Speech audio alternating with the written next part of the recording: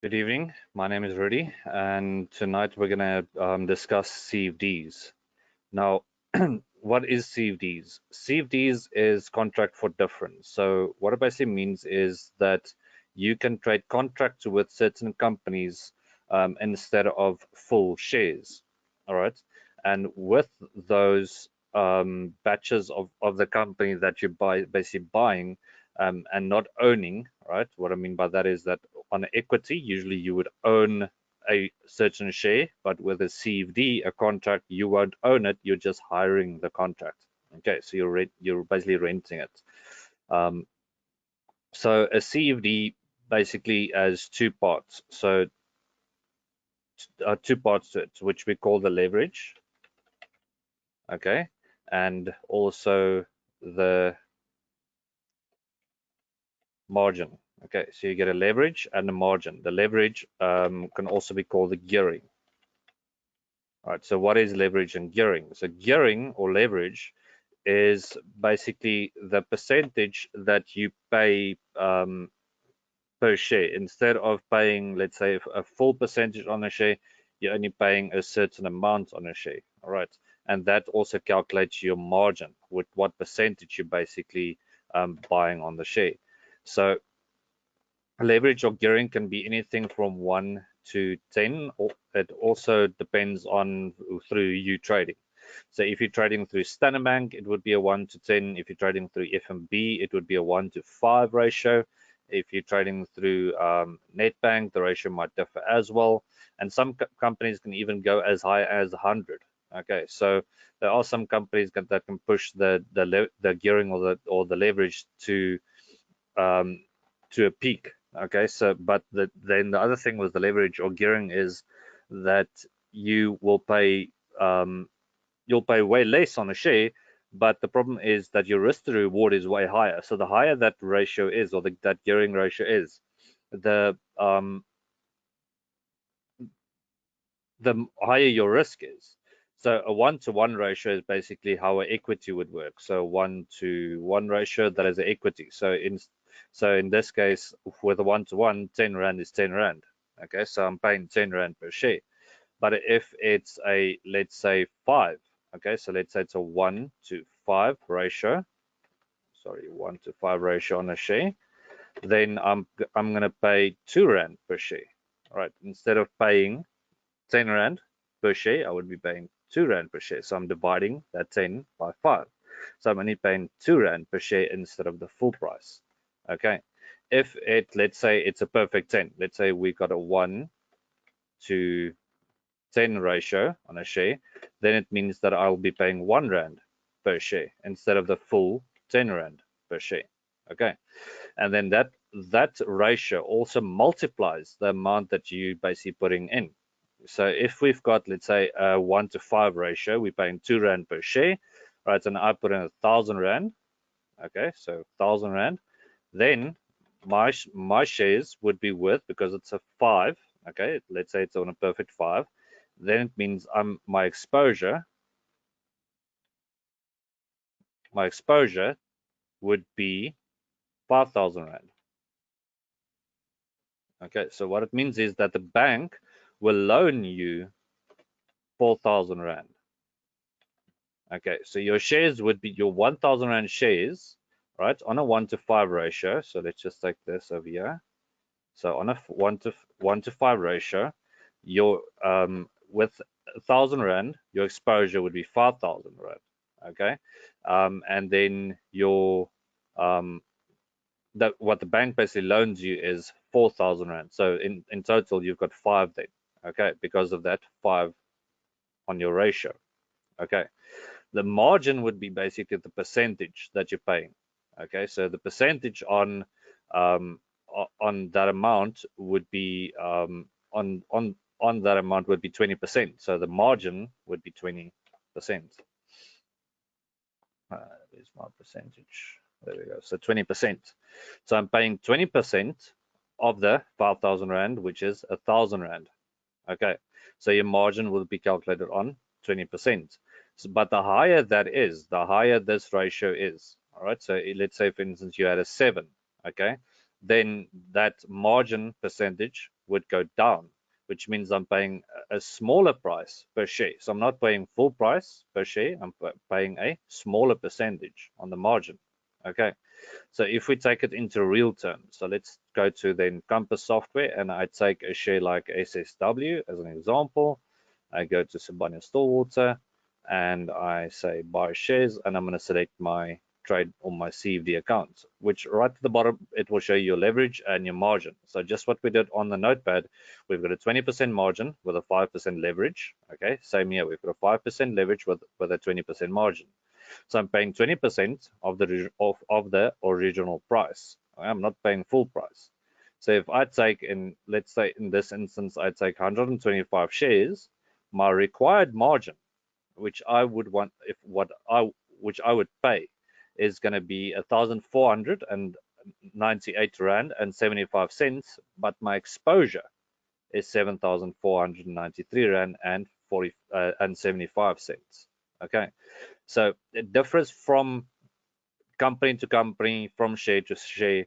So, for instance, just an example, TCP, transaction capital, will have a ratio of 4.2, where SSW will have a ratio of 7.4. And if I take FSR, which is a financial company, will have a ratio of around about 7.6. So each and every company will differ. So it'll always be between 1 and 10. So you will never have, sometimes you can have a perfect 10, but it's really scarce that you'll get a perfect 10 on a share, or even a perfect 5. So it differs from company to company, and also from bank to bank. So for instance, if I take TCP, transaction capital, I want to trade it on FNB. So these are all SPK, Standard Bank ratios. Okay, but if I wanted to trade through FNB, just tab through these. So if I traded through FNB, then it would be different. So on TCP, I'll have a 1.8. On SSW, I'll more or less have a 2.5. And then on FirstRand, I will have more or less the same, around about also 2.5, 2.6. Okay, so FNB offers you a lower risk to reward ratio. All right, so because it's a 1 to 5. Say a Standard Bank has that 1 to 10 ratio, and FNB, just tab this out again, and FNB will have a 1 to 5 ratio. All right, so it differs from bank to bank. Net banks would be different from Standard Bank and FNB. If you remember IG markets was a ratio from 1 to 100, so it was even a higher ratio that you were trading at. So your risk to reward was much higher. That means that you'll be able to make more money, okay, with your 1,000 rand that you put in, okay, but the risk involving that is that if you lose your, let's say you put in 1,000 rand and you lose your 1,000 rand and only the 4,000 is left, and you start going into that 4,000, then you need to pay in.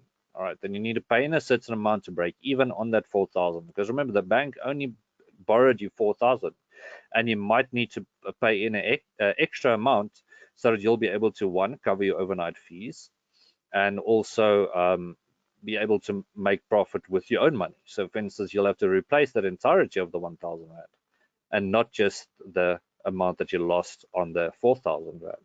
Okay, so you might need to pay an extra 1,020 rand, because you lost 20 rand on the 4,000 plus your extra 1,000 rand. Okay, so that's when you lose. But when you make money, what will happen is you will get back your 1,000 rand. Okay, and then the bank will take back their 4,000 rand, but you will get the profit on the 5,000 rand. Okay, so let's say there was 500 rand profit. So let's say this 5,000 rand went to 5,500 rand. Okay, which means you get back your 1,000. Okay, plus the profit of 500. All right, which means that you're now sitting with 1,500, but the bank is taking back their 4,000 rand. So you're only sitting with amount of 1,500 rand. Okay, so you will only be taking the 500 rand of the 5,500. Okay, plus yeah, the 500 Rand plus your 1,000 Rand that you initially put in, but then you need to subtract off that 500 Rand. Okay, now this is through Standard Bank. Now FNBs will differ, but you'll have to subtract 57 Rand 50 on your brokerage, so 57.50. So that's 50 Rand on brokerage, 7 Rand 50 on your VAT, and then for the selling brokerage, the same, 57 Rand 50. Okay, so you need to subtract the brokerage on that as well. So in total, you will be paying 115 Rand on brokerage. All right, so that's your brokerage. Okay, so 115 Rand on brokerage that you need to subtract from the 500 Rand, and what's left, that's your profit. Okay, so each and every institute that you're basically trading through, they will charge you a brokerage. Now this is small compared to what you pay on equity. Equity is 110 Rand plus VAT, plus your straight, plus IPL, plus your securities transfer tax. That's just on the buy, and only the securities transfer tax falls away when you sell. Okay, so there's a lot of brokerages on equities, but in CFDs, it's lower brokerage. Your profits can be more because of the 1 to 10 ratio, because you're making more on that 1,000 Rand because the bank is basically borrowing you 5,000 Rand, or 4,000 Rand, sorry. So in total, you'll have 5,000 Rand in the market, exactly the same as we did here. All right, so if I take this down, let's say 1,000, I want to get this as close to possible to 1,000 Rand. Let's say 94, no, a bit more, here we go, 94, so 83, sorry. Okay, 84, so 1,007 Rand. Okay, you'll see that now, because it's a 5 on our leverage, we've got 5,035 Rand and 80 cents. So it's basically 1,007 Rand and 16 cents times 5 gives you your total cost, gives you exposure. But still, we are paying 20%. That's why we're paying so little. All right, so required margin. That's 20%. The 1,007 Rand 16 cents is 20% of the 5,035 and 80. Okay, so the higher that is, so let's change this to, let's say 7. Okay, no, wait, this is Sibanye, so let's make it 7.4, the current ratio. So the current ratio on Sibanye Stillwater is 7.4 with a required margin. So the higher this is, the less I pay, which means I still get the same amount. Okay, so my total cost stays the same. I'm paying less because of the leverage. Okay, but my margin percentage that I'm paying per share now is 13.51%. So I'm paying, I'm basically paying a lower price per share because of the leverage, okay, that the company is giving me. So the higher your leverage, the less you pay per share. Okay, that means that you'll pay less on your required margin, and but your total cost would stay the same. Okay, because it's been timed by that amount. Okay, but you'll pay, as I said, you'll pay less on your margin. Okay, so you're only putting 1,000, in this case 680 Rand and 51 cents, but you're getting out 5,000. But when you sell out, remember, you're only going to get back the 680 plus the profits on the 5,000. Okay, and then the bank would take back the rest that they borrowed you. All right, so CFDs, the risk on it is a bit higher than what it's on equities. Remember, because you're not owning the shares, you will only rent the shares from the bank, and then they can basically take it back. So if, let's say, for instance, there is a case that you lose the entirety of your 1,000 Rand and you go into the 4,000, the bank can go and force close that trade. Okay, so they can close the trade for you, but then they'll still expect you to pay back that amount that you lost on. Okay, so because you're only renting the share. On an equity, it doesn't matter. With the equity, your risk to reward is basically lower, so your reward is lower, your risk is lower, but you know that it's a long-term thing and you're actually owning the shares. But on top of that, you'll be able to earn dividends, which another thing is about CFDs is that you won't qualify for any dividends. You'll see that in Standard Bank as well. When you want to place a trade, it will tell you that you won't you are not eligible for any dividends if you're trading CFDs. You will only be eligible for the profit that you gain. So you're not gaining anything else except for the profits. And then there's just one more thing that I need to explain on brokerage fees around CFDs, that you will be paying overnight fee. All right, so overnight fee if you decide not to sell the share immediately. Okay, let's say you bought the share this morning and you don't want to sell it this afternoon because the share is still going up, right? Like let's say for instance like FSR, you're trading on first rand, and you feel that first rand limited isn't going to go up, you feel isn't going to go down the next day, you feel that it's still going to go up, you want to trade it for the next week. Okay, so per night you can pay anything between around about 48 cents. Okay, so so it's 48 cents up until around about 80 cents per night. All right, it all depends on the amount that you basically invested. Okay, so you can pay anything from 48 cents up until 80 cents per night for the share to can sit there. Okay, so there is basically a small catch on keeping a share overnight. Because remember, you renting the share, so you need to pay a rental fee for overnight. Okay, but it's a small amount. It's really small. So you're not going to pay 3 years for an overnight brokerage. It's just the two main brokerages, the buy brokerage, so that's your buy brokerage, and then you get your sell brokerage, right, plus your overnight fee on your brokerages.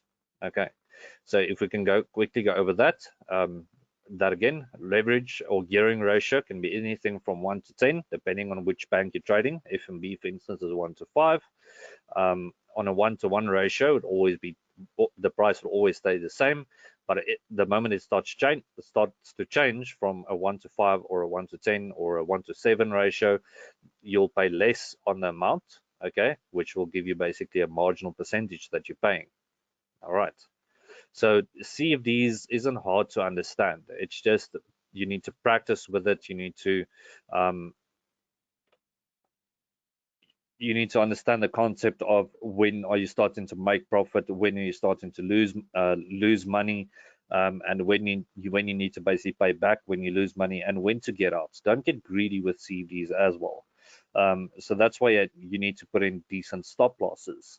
So a stop loss on a CFD, which we usually recommend, is anything from about 5 to 6. All right, where equity you would usually put on about 10% or 8%, but you need to keep your stop loss low on a CFD because it's a contract that you're trading. It's basically not only your own money you're trading with. You're trading with the bank's money.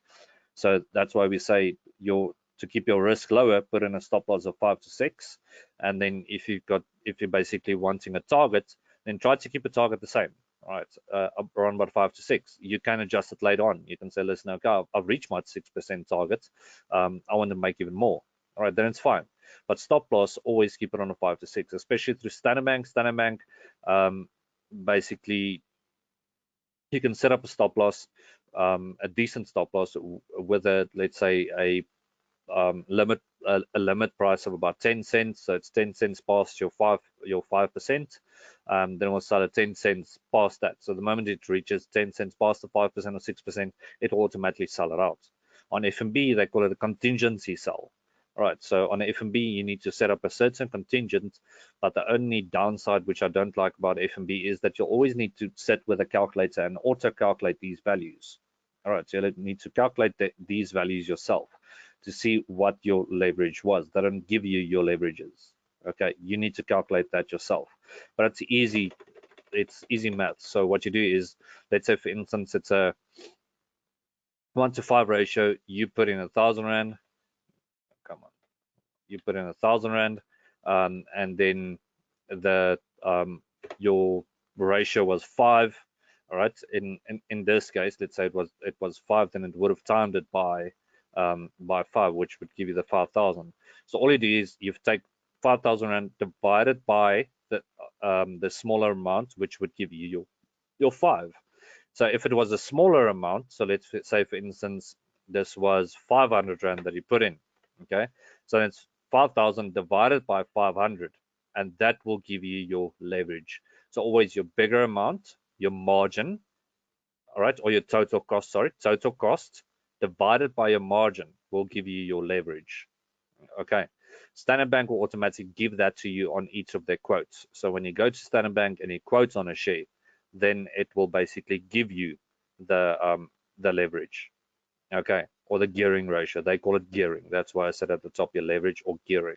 Okay, so they will automatically give you the gearing ratio, and that you can just take over to the software. So the moment you start trading live, and you, let's say, you're trading through Standard Bank, what you do is you go to your CFD account on the software.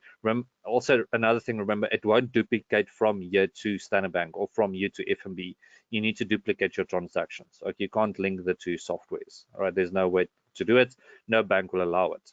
Okay, so let's say this is Sabanya, so 7.4 on the ratio, and I've got 125 shares that I want to buy, and then I enter a comment. Okay, and then I just say open long position.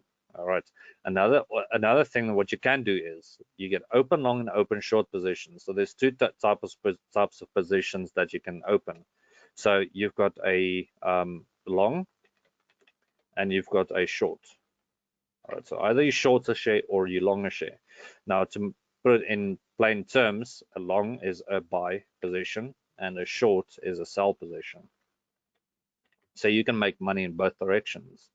All right, you can make money upwards direction and you can make money in a downwards direction. Now, people usually ask us, now, how is it possible to make money in a downwards direction? If we quickly go to the chart of Sabanya, so let's go to Chart IQ, we open the share.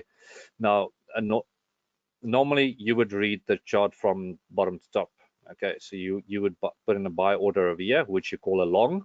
Okay, so that's a long position. So I place my buying entry there, and I close the position at the top there the moment it reaches a peak.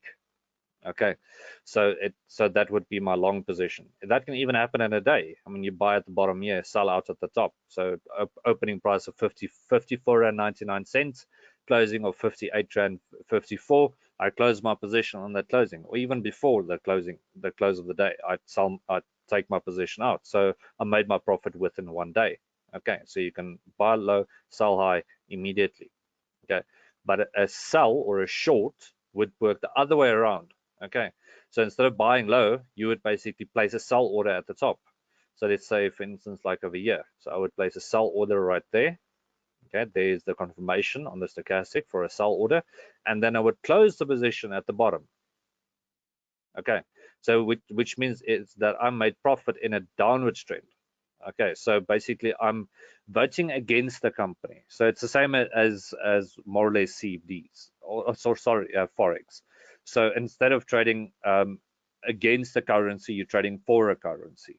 All right, so instead of trading for the company, you're trading against the company, saying that the company is basically going to lose money. Then you're making money because they are basically losing. All right, it's a hard concept to understand, but all you need to do is you just in your mind turn your stochastic and your RSI around. All right, so just flip the whole charting around, so that you still basically buy low, sell high, but you're saying that the share price is basically gonna drop. Okay, so normally you would stick to the going long, so you buy low, sell high, right? But the more advanced you'll get, you would go and say, right, okay, I want to start trading downwards as well, because I can see that a company is doing really bad. For instance, like in this area over here, I can see that the company is doing bad, so I'll place a sell order over there and just close my position at the bottom. Okay, so I'll close my position out at the bottom and add a few days of negative growth, or basically a bearish trend. Okay, in that bearish trend, I would have made, I have to reverse this, so that would have been 20% growth within 9 days. Okay, so 20% on that 5,000, for instance. Okay, 20% that you made on that, plus your 1,000 basic that you're getting back, and then the bank takes the rest. Okay, so they take whatever they gave you plus their brokerage. Okay, so the bank is basically only making money when you lose. They make money for one, and then also when you're paying brokerage, they also make money, because people always ask, but how does the bank make money if they're only charging brokerage fees? All right, it's an overnight fee. They do make their money, because remember how many trades go through Standard Bank each and every day, or through FNB each and every day, or on the markets in general. Okay, so if there's any questions on CFDs or anything, I mean, you guys are more than welcome to give us a call on our contact us page.